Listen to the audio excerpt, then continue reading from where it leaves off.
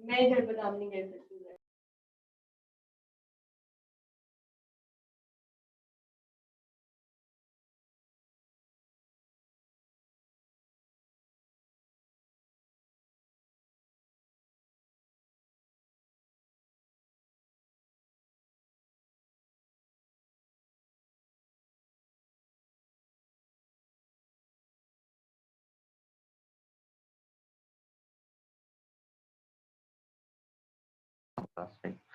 अच्छा जी, अब आवाज आ रही है भाई, लोग बताएं।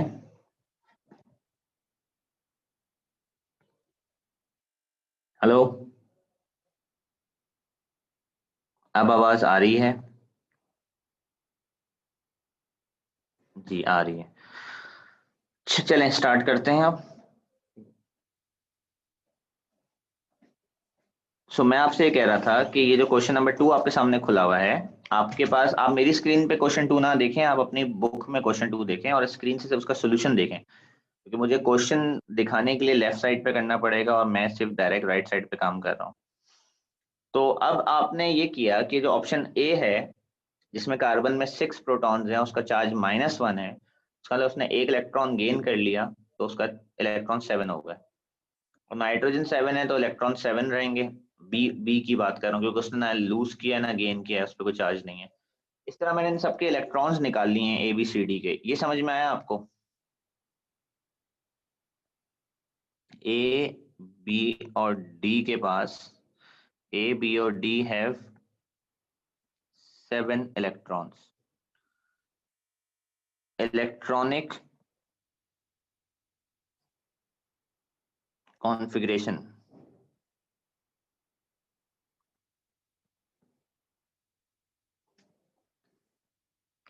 for 7 electrons is 1s2 2s2 2p3। इसको थोड़ा साफ सुथरा 3 बनाया यार, ऐसा कैसा 2 3 है ये? ठीक है। अब उन्होंने क्वेश्चन में बोला हुआ है upon losing an electron, upon losing an electron configuration हो जाएगी 1s2 2s2 2p2 not half filled, वो हाफ फिल्ड नहीं रहेगा। जबकि जो ऑप्शन डी है, सॉरी ऑप्शन डी नहीं, ऑप्शन सी जो है आपके पास, जो कि आपका आंसर है, सी हैव 8 इलेक्ट्रॉन्स। 8 इलेक्ट्रॉन्स की electronic configuration is 1s2 2s2 2p4 और upon losing an electron it becomes 1s2 2s2 2p3 which is half filled। सो सी जो है हमारा आंसर इसलिए कहलाएगा क्योंकि क्वेश्चन में पूछा था कि इनमें से कौन on losing an electron will have a half set of P orbital. Half set of P orbital का मतलब होता है, half set of P orbital का मतलब होता है p3। Half set of P orbital का मतलब होता है p3 हो जाना। तो ये जो पहले 3 हैं, ए बी और डी, ये तो पहले से ही p3 थे, लूज करने के बाद p3 नहीं रहेंगे। p3 थे, लूज करने के बाद p3 नहीं रहेंगे। ये बाकी का जो सी है ये p3 नहीं था, p4 था, बाद में p3 हो जाएगा। ये क्वेश्चन 2 समझ में आया सबको? सर सी के तो 6 होते हैं ना इलेक्ट्रॉन। जी सी के तो 6 होते हैं ना, और गेन करने के बाद 7 होंगे उसके। जी बिल्कुल। तो नाइट्रोजन नहीं होगा वो, क्योंकि नाइट्रोजन के 7 होते हैं और गेन करने के बाद फिर उसके 8 होंगे। जी बिल्कुल। आपने तो सी लिखा है। तो क्या कहना क्या चाह रहे हो भाई? मैं कह रहा हूँ सर कि ये नाइट्रोजन होगा ना, सी क्यों होगा? ए बी सी डी में से आप क्या आंसर कह रहे हैं? सर ये तो नहीं पता अभी। जी ये नहीं पता सर, ए तो सही होगा, लेकिन मैं बोल रहा हूँ कि नाइट्रोजन के 8 होंगे ना सर, कि नाइट्रोजन ने गेन किया n माइनस लिखा है ना, जी तो तो नाइट्रोजन के 8 हो गए, आपने सी के 8 बिल्कुल, क्यों लिखे? अल्लाह माफ करे, सी, ऑप्शन सी की बात हो रही है, ऑप्शन सी। सर वो तो ये कह रहा है कि नाइट्रोजन अबे 3 गेन करेगा तो वो। अबे नहीं भाई, मैं समझ गया वो क्या कह रहा है। ऑप्शन सी लिखा हुआ है, कार्बन नहीं लिखा हुआ है। ये ए बी डी क्यों क्या थे फिर? ये ऊपर ए बी डी जो लिख रहा था, ये कौन थे इनमें? इखलास भाई, जी सर। कॉन्टेक्स्ट को समझो ना बेटा। ए बी डी के आंसर्स एक साथ लिख दिए हैं, वो 7 इलेक्ट्रॉन है, ए बी और डी। ये रहा ए, अच्छा अच्छा। ये रहा बी, ये रहा डी। ये सी, कार्बन का सिंबल सी नहीं है भाई, ऑप्शन सी है ये, ठीक है। ऑप्शन सी। अल्लाह का बंदा भाई, यहाँ देख, सर एक और बात पूछनी है। Option c, n minus. अब सही है? सर अब सही है। शुक्र जी बेटा। फला, जी सर, मैं ये कह रही हूँ कि जो O प्लस है उसमें तो पहले ही एक लूज करा हुआ होगा उसने, और फिर जब वो दोबारा लूज करने का कह रहे हैं क्वेश्चन में, तो वो अगेन हम लोग एक इलेक्ट्रॉन उसमें से कम करेंगे। जी बिल्कुल। Okay sir.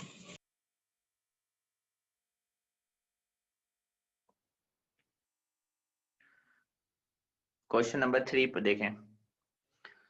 क्वेश्चन नंबर 3 में आपसे बोला हुआ है, ये आपका आंसर हो गया, कुछ ऊपर का आंसर आपका ये हो गया, ठीक है। उसके बाद क्वेश्चन 3 में आपसे बोला हुआ है कि गेल, जो इंपॉर्टेंट बातें हैं ना वो मैं येलो कलर से हाईलाइट कर रहा हूँ, कि एक तो आपको फॉर्मूला दिया हुआ है गैलियम नाइट्राइड का, GaN। उसके बाद गैलियम का चार्ज दिया हुआ है +3। फिर सवाल में रिक्वायरमेंट ये है कि आप पता करो कि nitrogen ion, electronic arrangement of nitrogen ion in gallium nitride. तो इससे स्टूडेंट को ये पता करना है कि इफ, यहाँ साइड में सॉल्व कर लेते हैं,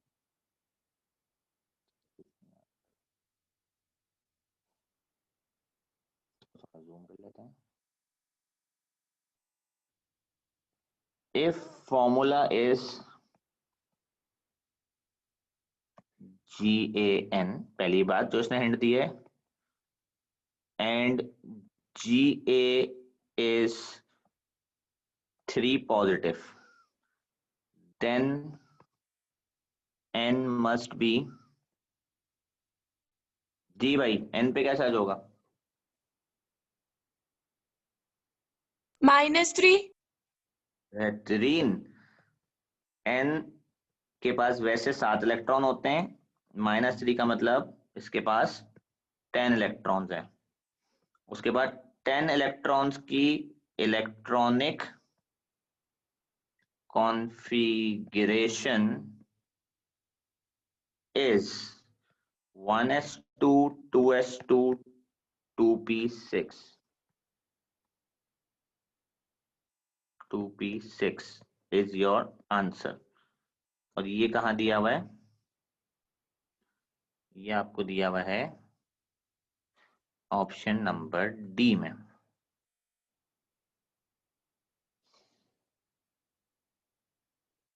जी भाई लोग,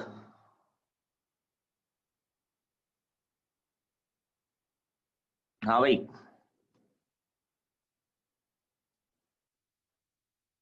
इखलास जी सर। कैसा दिया? बेहतरीन सर। अच्छा दिया, जी बेहतरीन। सर। समझ में आ गया तुम्हें? जी सर आ गया। अच्छा भाई, क्वेश्चन 4। क्वेश्चन 4 में हमारे पास बहुत जगह नीचे काम करने की। What could be the proton number of an element that has 3 unpaired electrons in each of its atom? 3 unpaired electron. तो अब आपके पास दो तरीके की अप्रोच है। पहला ऑप्शन आपका ये है, ऑप्शन नंबर 1 स्टूडेंट का ये है कि स्टूडेंट क्या करे, राइट इलेक्ट्रॉनिक कॉन्फ़िगरेशन। एक ऑप्शन बच्चे का ये इसको सॉल्व करने का। दूसरा ऑप्शन बच्चे के पास ये है, ऑप्शन नंबर 2 सॉल्व करने का, यूज पीरियोडिक टेबल।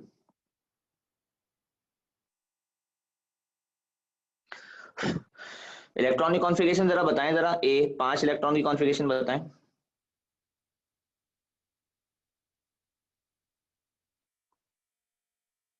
जी 5 की कॉन्फ़िगरेशन बताएं।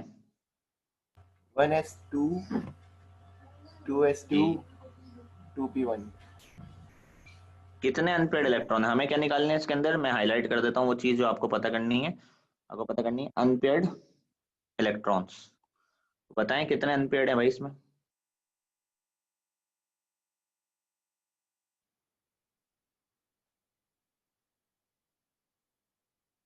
अनपेयर्ड समझते हैं, कौन नहीं समझ पा रहा अनपेयर्ड? माइक अनम्यूट करके पूछें जिसको नहीं समझ में आ रहा अनपेयर्ड कैसे किसे कहते हैं।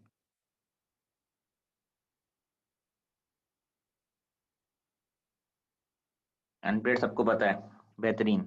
तो यहाँ पर 1, यू हैव 1 अनपेयर्ड। तो अब जल्दी से विदाउट वेस्टिंग टाइम जरा ये बताएं कि ऑप्शन बी में जो 13 इलेक्ट्रॉन है इसकी कॉन्फ़िगरेशन बनेगी 1s2 2s2 2p6 3s2 3p1। इसके पास कितने अनपेयर्ड इलेक्ट्रॉन है, इसके पास भी एक अनपेयर्ड इलेक्ट्रॉन है। उसके बाद आपकी कॉन्फ़िगरेशन ऑप्शन है बी सी सॉरी सी में आपके पास प्रोटॉन नंबर दिया हुआ है 15। 15 में इलेक्ट्रॉनिक कॉन्फ़िगरेशन है 1s2 2s2 2p6 3s2 3p3। अब इसके पास है 3 अनपेयर्ड इलेक्ट्रॉन्स। उसके बाद ऑप्शन है डी। डी में दिए हुए हैं 21। 21 की कॉन्फ़िगरेशन बनती है 1s2 2s2 2p6 3s2 3p6 4s2 3d1। 3d1 का मतलब है इसके पास एक अनपेयर्ड है इलेक्ट्रॉन। तो इस हिसाब से क्योंकि उन्होंने पूछा था 3 अनपेयर्ड इलेक्ट्रॉन किसके पास हैं, 3 अनपेयर्ड, तो 3 अनपेयर्ड जो है ना हमारे पास वो निकले हैं भाई ये रहे। तो that is C is your answer, that has become your answer भाई, दिस इज अवर आंसर। ये समझ में आई सबको?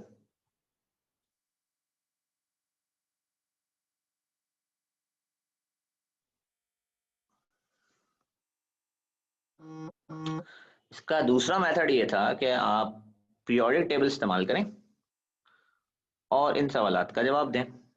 जैसे कि आपको पता होना चाहिए कि पीरियोडिक टेबल के अंदर, अबे भाई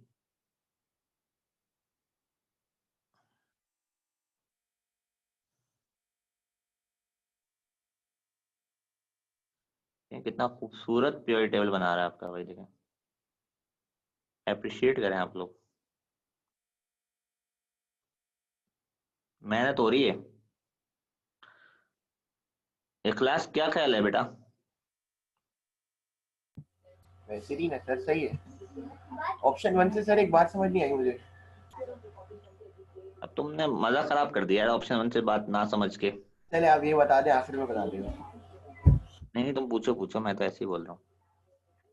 सर ये लास्ट शेल में जितने इलेक्ट्रॉन होते हैं उनको अनपेयर्ड कहते हैं। नहीं, तो तभी मैंने पूछा था कि जिसको नहीं समझ में आई अनपेयर्ड किसे कहते हैं वो पूछ ले। मुझे ऐसा लगा।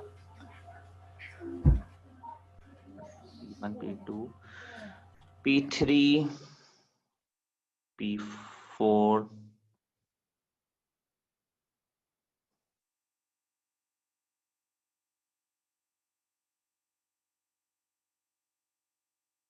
P1 P2 P3 P4 P5 and P6।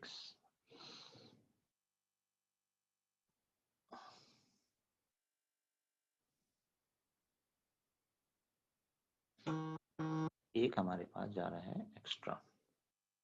तो बेसिकली क्या होता है भाई कि पीरियोडिक टेबल में ये होता है S1, ये होता है S2, ये होता है P1, ये होता है P2, ये होता है P3, ये होता है P4, ये होता है P5 और ये होता है P6 और ये एक्स्ट्रा रॉ हो गया, इसको हटा दें एक्स्ट्रा, ठीक है।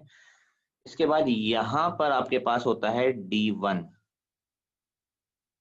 ठीक है, यहाँ से लेके यहाँ तक आपके पास होता है D1। फिर आपके पास होता है D2, फिर आपके पास होता है D3, फिर आपके पास होता है D4, फिर आपके पास होता है D5। इस तरह करते करते करते करते आपके पास यहाँ एंड में होता है D10। अब जरा खिलास भाई सुनिए, पेयर्ड और अनपेयर्ड इसे कहते हैं कि s ऑर्बिटल में एक डब्बा होता है, उसमें जब एक इलेक्ट्रॉन होता है तो उसको अनपेयर कहते हैं, और जब उसमें दो इलेक्ट्रॉन होते हैं तो उसको पेयर कहते हैं। फिर p में 3 डब्बे होते हैं, तो p में अगर एक इलेक्ट्रॉन है तो ये एक अनपेयर कहलाएगा, पर p में अगर 2 इलेक्ट्रॉन हैं तो ये 2 अनपेयर कहलाएंगे। p में अगर 3 इलेक्ट्रॉन है तो वो 3 अनपेयर्ड कहलाएंगे। तो ये हो गया P1, ये हो गया P2, ये हो गया P3, तो ये कहलाएंगे 3 अनपेयर। तो यहां तक तो आपको ऐसा लग रहा होगा कि आखिरी में जितने इलेक्ट्रॉन होते हैं उतने ही अनपेयर होते हैं, ऐसा नहीं है। पर जैसे ही ये P4 होगा तो क्लास भाई क्या होगा P4 पे? एक एक पेयर हो जाएगा और बाकी 2 अनपेयर। तो आपके पास 2 अनपेयर रह जाएंगे। तो ऐसा नहीं है कि आखिरी शेल में जितने इलेक्ट्रॉन है आप उतने पेयर बना दे, तो P4 में 4 अनपेयर नहीं होते हैं, जैसा आप सोच रहे हैं वैसा नहीं है, आपको ये बनाना पड़ता है। अब कितने अनपेयर हैं? एक है, और P6 पे इस पे कोई भी नहीं है, सब पेयर होंगे। पेयर्ड होंगे। तो कॉमन सेंस की बात ये है कि जब उसने पूछा कि 3 अनपेयर्ड किसके पास होते हैं, 3 अनपेयर्ड किसके पास होते हैं भाई? जिसकी कॉन्फ़िगरेशन बोलो भाई P3 P3 होती है, और प्रोटॉन नंबर 15 यहाँ लिखा हुआ होगा पीरियड टेबल में, प्रोटॉन नंबर 15 यहाँ लिखा होगा, इसलिए यहाँ से सॉल्व हो जाएगा। प्रोटॉन नंबर 5 कहाँ लिखा होगा भाई? प्रोटॉन नंबर 5 पीरियड टेबल में यहाँ लिखा होगा, 5 यहाँ लिखा होगा। प्रोटॉन नंबर 13 कहाँ लिखा हुआ होगा? 13 यहाँ लिखा हुआ होगा। प्रोटॉन नंबर 21 यहाँ लिखा हुआ होगा। इस हिसाब से आप पेयर अनपेयर निकाल लेते हैं पीरियड टेबल से। समझ भाई?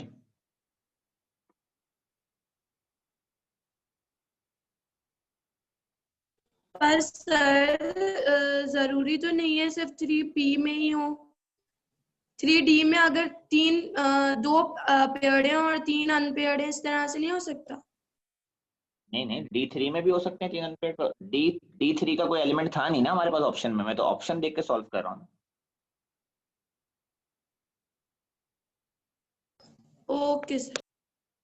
अगर आपके पास कोई D3 का एलिमेंट होता, मैं रेड कलर से बता रहा हूँ कि अगला अनपेयर्ड कहाँ हो सकता था, अगला अनपेयर्ड यहाँ हो सकता था, और D7 में होता, कहाँ होता? D7 में। D7 में भी 3 अनपेयर्ड क्यों होते हैं, जरा बताएं। D7 कैसे बनेगी?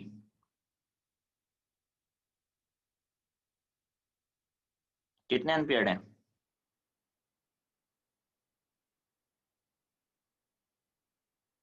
3 अनपेयर्ड। तो 3 अनपेयर्ड जो है कहाँ कहाँ पॉसिबल है? 3 अनपेयर्ड आर पॉसिबल इन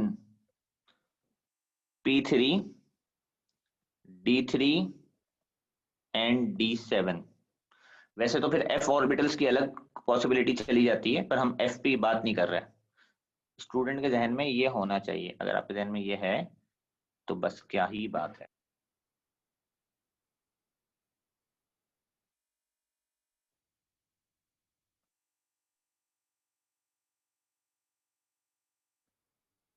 जी अब बताएं, ये समझ में आ गया भाई क्वेश्चन? 2 ऑप्शन है सॉल्व करने के, जो आपको अच्छा लगे आप इस्तेमाल करें।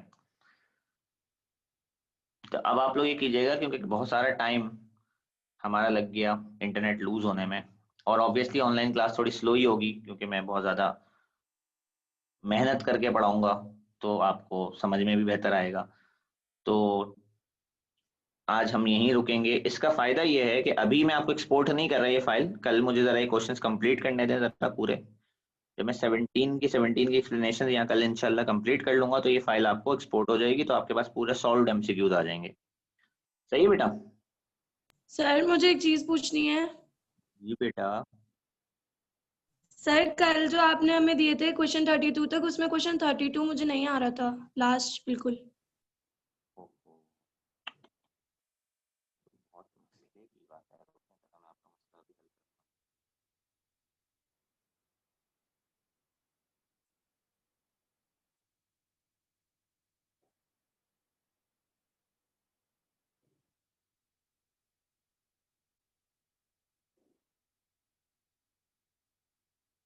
बेटा कल पूछ लेती तुम। सर मैं वहां तक पहुंची नहीं थी ना। ओके, नो इश्यू बेटा। अब आओ मिलके सॉल्व करते हैं। देखो ये होती है एक अदर डेटा बुकलेट, ये आपको चाहिए होगी, इंटरनेट से डाउनलोड कर लें आप।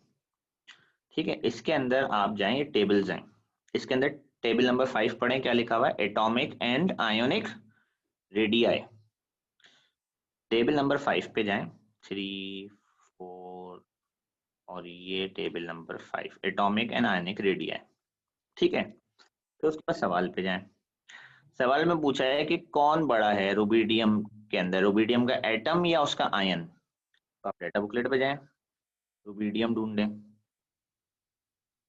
ये रहा रुबिडियम, और आप चेक कर लें कि उसका एटम बड़ा है या उसका आयन बड़ा है। ठीक है, यहाँ से आप रुबिडियम ढूंढें, उसका एटम ढूंढें, उसका आयन ढूंढें। वैसे कॉमन सेंस की बात है कि रुबिडियम का एटम बड़ा इसलिए होगा क्योंकि रुबिडियम मेटल है, जब वो आयन बनाता है तो वो एक इलेक्ट्रॉन लूज कर देता है। एग्री? Yes sir. मेटल में क्या होता है, मेटल में अगर मैं आपको सोडियम से समझाऊं, सोडियम होता है 281 ओ लेवल स्टाइल से, सोडियम आयन होता है 28। सोडियम एटम में होते हैं 3 शेल, सोडियम के आयन में होते हैं 2 शेल।